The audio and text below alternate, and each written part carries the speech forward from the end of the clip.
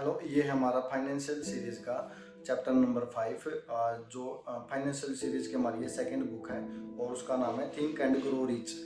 इसके हमने चार चैप्टर कंप्लीट कर लिए हैं और हमने इसकी एक फाइनेंशियल सीरीज की प्लेलिस्ट भी बनाई है। अगर आपने वो नहीं सुनी है तो पहले आप वो जाकर सुन सकते हैं और फिर भी इस पे कंटिन्यू कर सकते हैं। ये चैप्टर नंबर 5 है, इसका नाम है पर्सनल स्पेशलाइज्ड नॉलेज क्या होता है, उसके बारे में हम पढ़ेंगे। और चलिए शुरू करते हैं। व्यक्तिगत अनुभव या अवलोकन, इसका मतलब है कि स्पेशल नॉलेज क्या होता है उसके बारे में अभी लेखक बताएगा, आप उसको ध्यान से सुनेंगे। धनवान होने की तरफ ही हमारा चौथा कदम है। ज्ञान दो प्रकार के होते हैं, एक सामान्य और दूसरा विशेष तरह का ज्ञान होता है। सामान्य ज्ञान कोई फर्क नहीं पड़ता कि यह कितनी बड़ी मात्रा में या किस समय हो सकता है। धन का संचय करने में इसका बहुत कम इस्तेमाल है। सभ्यता में सामान्य ज्ञान के जितने भी कुल व्यवहारिक रूप ज्ञात हैं वे सब महान विश्वविद्यालयों के संकायों के पास हैं। अधिकतर प्रोफेसरों के पास धन बहुत कम है या बिल्कुल भी नहीं है। वे ज्ञान के शिक्षण के विशेषज्ञ होते हैं लेकिन वे ज्ञान के संगठन या उपयोग के विशेषज्ञ नहीं होते। मान लीजिए कोई प्रोफेसर है और जो टीचर होते हैं उनको सब चीज़ों का पता होता है, लेकिन वो जो काम करते हैं उसके बारे में नहीं पता होता कि वो उसको कैसे ही उपयोग में लाया जाए। ज्ञान धन को तब तक आकर्षित नहीं करेगा जब तक कि यह धन के संचय के निश्चित अंत तक की कार्रवाई की व्यवहारिक योजनाओं के माध्यम से संगठित और समझदारी से निर्देशित नहीं होता। इस तथ्य की समझ की कमी लाखों लोगों के भ्रम का स्रोत रही है, जो इस गलत धारणा को मानते हैं कि ज्ञान शक्ति है। ऐसा कुछ भी नहीं है कि ज्ञान ही संभावित शक्ति है। यह शक्ति केवल तब बनता है जब इसे निश्चित योजनाओं से संगठित किया जाए और एक निश्चित अंत तक निर्देशित किया जाए। आज सभ्यता को ज्ञात शिक्षा की सभी प्रणालियों में इस लापता कड़ी को शिक्षण संस्था द्वारा अपने छात्रों को यह सिखाने में मिली विफलता में पाया जा सकता है कि ज्ञान को प्राप्त करने के बाद उसे व्यवस्थित और प्रयोग कैसे करें।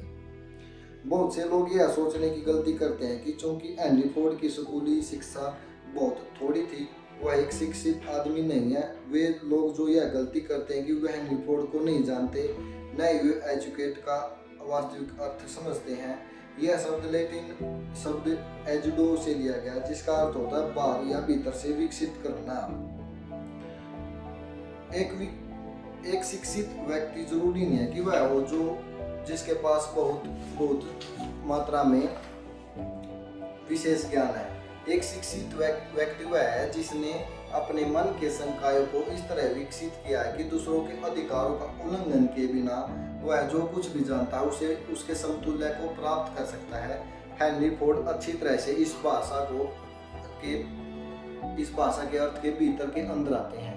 प्रथम विश्व युद्ध के दौरान शिकागो के एक अखबार ने कुछ संपादकीय प्रकाशित किए जिसमें अन्य बयानों के बीच में हेनरी फोर्ड को एक अज्ञानी निराशावादी कहा गया। श्रीमान फोर्ड ने बयानों पर आपत्ति जताई और उनके बारे में अपमानजनक लेख लिखने के लिए अखबार के खिलाफ मुकदमा कर दिया। जब न्यायालय में मुकदमा चला तो अखबार के वकीलों ने श्रीमान फोर्ड के अज्ञानी होने की बात की प्रामाणिकता जोरी को साबित करने के प्रयोजन से उन्हें गवाह के कटघरे में बुलवाया। वकीलों ने श्रीमान फोर्ड से बहुत विविधता वाले सवाल पूछे। सभी सवाल उनके अपने ही सबूत द्वारा ये साबित करने के इरादे से थे कि वे ऑटोमोबाइल के निर्माण से संबंधित काफी विशेष ज्ञान के अधिकारी हो सकते हैं, परंतु मुख्य रूप से अज्ञानी थे। मिस्टर फोर्ड इस तरह के सवाल से पूछे गए थे कि अर्नोल्ड कौन था और 1776 के विद्रोह को दबाने के लिए ब्रिटिश ने कितने सैनिकों को अमेरिका भेजा था। आखिरी सवाल के जवाब में श्रीमान फोर्ड ने कहा कि मुझे ब्रिटिश द्वारा भेजे गए सैनिकों की संख्या सही तो पता नहीं है, लेकिन मैंने सुना है कि यह संख्या उन सैनिकों की तुलना में काफी अधिक थी जो कभी वापस लौटे थे। अंत में श्रीमान फोर्ड पूछताछ की जड़ी से थक गए और एक विशेष रूप से आक्रामक सवाल के जवाब में वे झुके। वकील को उंगली से इशारा कहा, और यदि मैं वास्तव में इस बेवकूफी वाले सवाल का जवाब या किसी भी अन्य सवाल का जवाब पूछ रहे हैं देना चाहूँ तो मैं आपको याद दिला दूं, मेरी मेज पर बिजली के उस बटनों की कतार है और सही बटन दबाकर मैं अपनी सहायता के लिए ऐसे आदमी को बुला सकता हूँ जो मेरे इस व्यवसाय से संबंधित मेरी इच्छा के किसी भी सवाल का जवाब दे सकता है। निश्चित रूप से उस उत्तर से मैं अक्षात्रक था। उस जवाब ने उस वकील को चित्त कर दिया। अदालत में हर व्यक्ति को एहसास हुआ कि एक अज्ञानी नहीं बल्कि एक शिक्षित व्यक्ति का जवाब था। कोई भी शिक्षित आदमी जानता है कि जरूरत पड़ने पर उसे ज्ञान कहाँ से प्राप्त करना है और ज्ञान को सुनिश्चित कार्य योजना में कैसे व्यवस्थित करना है। अपने मास्टरमाइंड समूह की सहायता से हेनरी फोर्ड के आदेश पर उन्हें अमेरिका के सबसे धनी लोगों में से एक बनने में उन्हें सक्षम करने के लिए आवश्यक उनकी जरूरत का सारा विशेष ज्ञान उनके पास था। यह जरूरी न था कि यह ज्ञान अब उनके अपने दिमाग में हो। निश्चित रूप से कोई भी व्यक्ति जिसका इस प्रकृति की पुस्तक पढ़ने में काफी झुकाव और ज्ञान हो संभवतः इस उदाहरण के महत्व को चूक सकता है। इससे पहले कि आप अपनी इच्छा को इसके मौद्रिक समतुल्य में परिवर्तित करने की अपनी योग्यता के बारे में विश्लेषित हो जाएं, आपको सेवाएं, व्यापार और पैसे के उस विशेष ज्ञान की आवश्यकता होगी, स्पेशलाइज्ड नॉलेज। एंड्रयू कार्नेगी ने कहा था कि वह व्यक्तिगत रूप से इस्पात कारोबार के तकनीकी हिस्से के बारे में कुछ नहीं जानता है। इसके अलावा उसने विशेष रूप से इसके बारे में कुछ जानने की परवाह भी नहीं की। उसने वह विशेष ज्ञान जिसकी उसे इस्पात के निर्माण और विपणन के लिए आवश्यकता थी अपने मास्टरमाइंड समूह की अलग अलग इकाइयों के माध्यम से उपलब्ध पाया। पिछले पैराग्राफ से उस महत्वाकांक्षी व्यक्ति को दौलत संचित करने के लिए आशा और प्रोत्साहन मिलना चाहिए जिसके पास इस तरह के विशेष ज्ञान की आपूर्ति करने के लिए ऐसी आवश्यक शिक्षा नहीं है और जिसकी आवश्यकता हो सकती है। कभी कभी लोग हीन भावना से ग्रस्त जीवन गुजारते हैं क्योंकि वे शिक्षित नहीं होते हैं। वह व्यक्ति जो उन व्यक्तियों के मास्टरमाइंड समूह को संगठित और निर्देशित कर पाए जिनके पास पैसे का संचय करने में उपयोगी ज्ञान है, वह उतना ही शिक्षित व्यक्ति है जितना कि समूह का कोई व्यक्ति अन्य व्यक्ति। यदि आप इस कारण से हीन भावना से ग्रस्त हैं तो कि आपकी स्कूली शिक्षा सीमित रही है तो आप यह याद रखिए, थॉमस एडिसन अपने पूरे जीवन काल में 3 महीने के लिए स्कूल गए थे।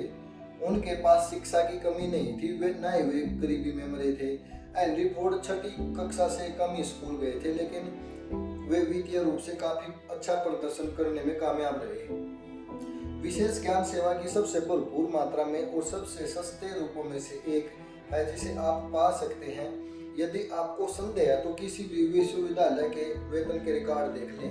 अब बात करते हैं ज्ञान कैसे खरीदते हैं और यह सबसे पहले तय करें कि आपको किस प्रकार के विशेष ज्ञान की आवश्यकता है और वह उद्देश्य जाने जिसके लिए इसकी आवश्यकता है।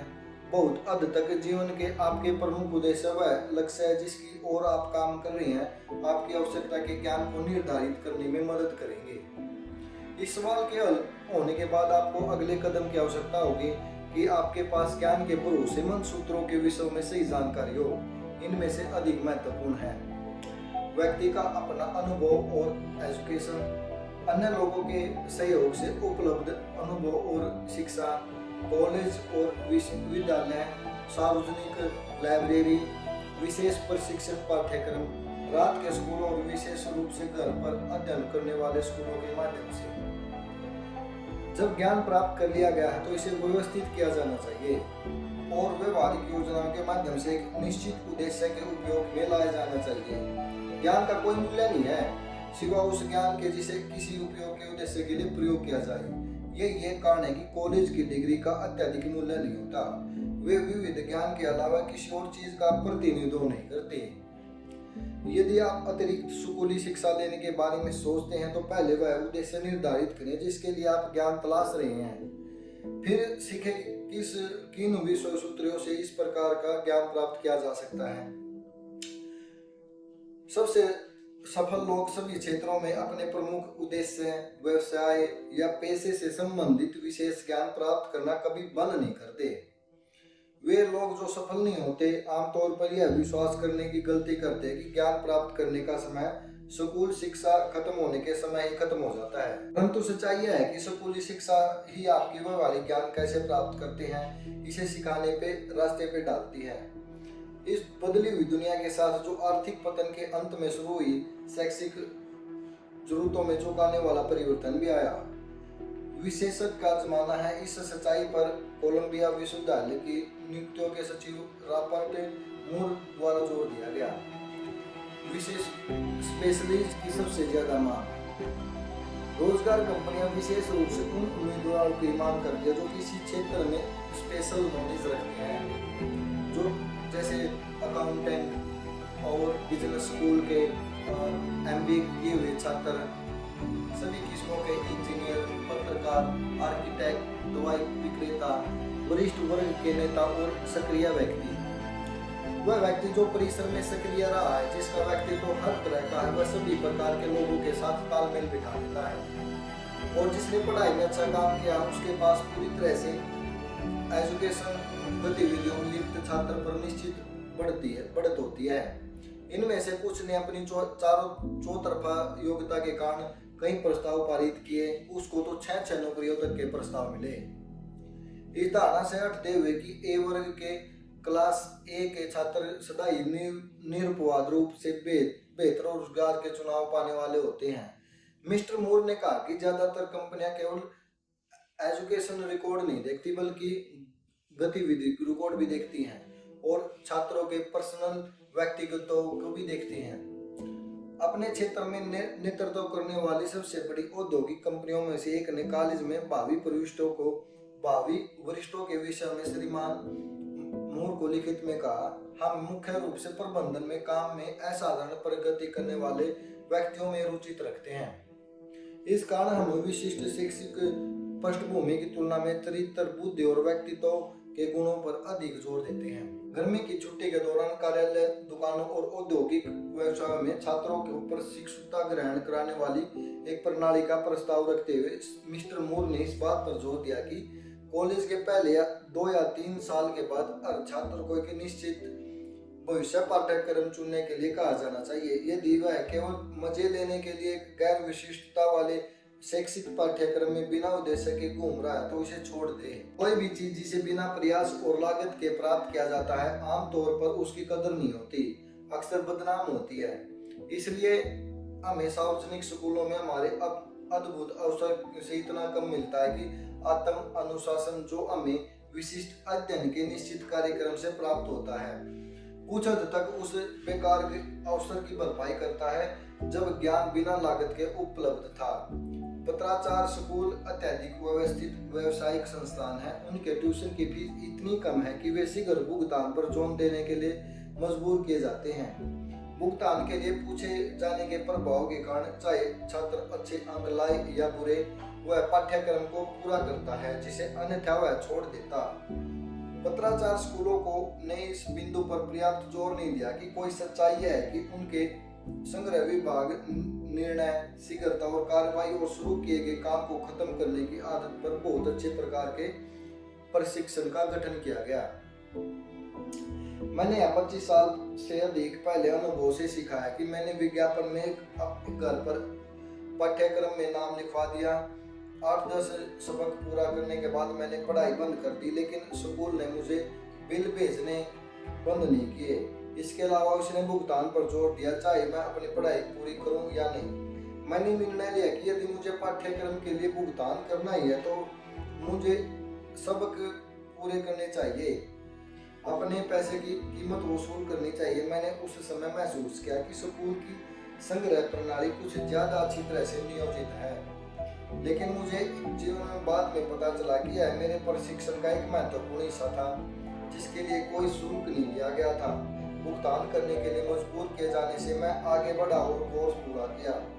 बाद में जिंदगी में विज्ञापन में बहुत अनिच्छा से किए गए प्रशिक्षण के कारण मैंने खोजा कि उस स्कूल की कुशल संग्रह प्रणाली पैसा कमाने के लिए काफी उपयोगी थी। बहुत से विचारों की कोई निश्चित कीमत नहीं होती है, सभी विचारों के पीछे एक विशेष ज्ञान होता है।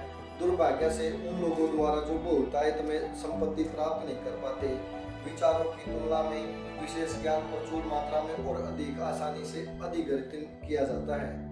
इस सत्य के कारण उस व्यक्ति के लिए एक सार्वभौमिक मांग और एक हमेशा बढ़ने वाला अवसर मौजूद होता है जो पुरुषों और महिलाओं की लाभप्रद ढंग से उनकी व्यक्तिगत सेवाएं बेचने में मदद करने में सक्षम है।